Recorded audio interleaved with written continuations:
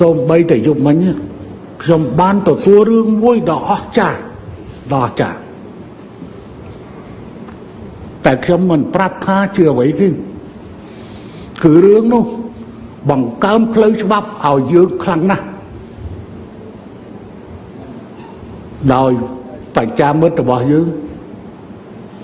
បានទទួលស្គាល់ថាកន្លែងហ្នឹងជាកន្លែងដែលជាទឹកដីកម្ពុជាទៅតាមរយៈនៃការដាក់លិខិតស្នាមទៅកាន់អន្តរជាតិភ្ជាប់នឹងផែនទីរបស់ខ្លួនយើងមិនទទួលស្គាល់ផែនទីរបស់គេទេប៉ុន្តែសូម្បីតែផែនទីរបស់គេក៏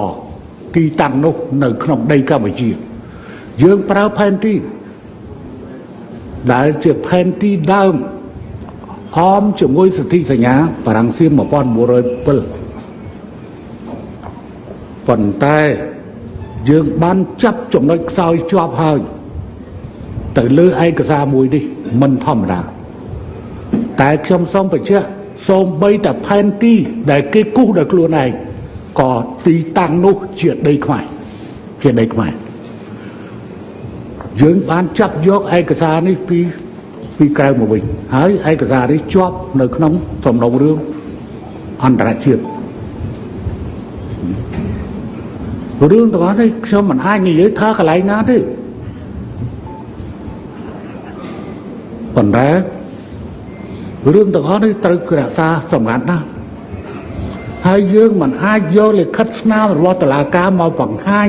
គេបង្ហាញឯងដើម្បីតម្រូវចិត្តពួកប្រឆាំងទេអត់ទេប្រជាជាតិណាផលប្រយោជន៍ជាតិហើយត្រូវគោរពនីតិវិធីរបស់តុលាការសូមអ្នកប្រឆាំង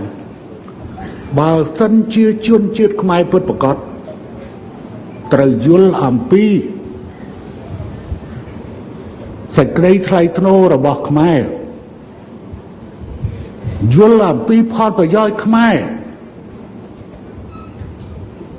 ប៉ុន្តែភាគច្រើនប្រជាជនកម្ពុជាលើសលប់ដែលទុកចិត្តលើរាជរដ្ឋាភិបាល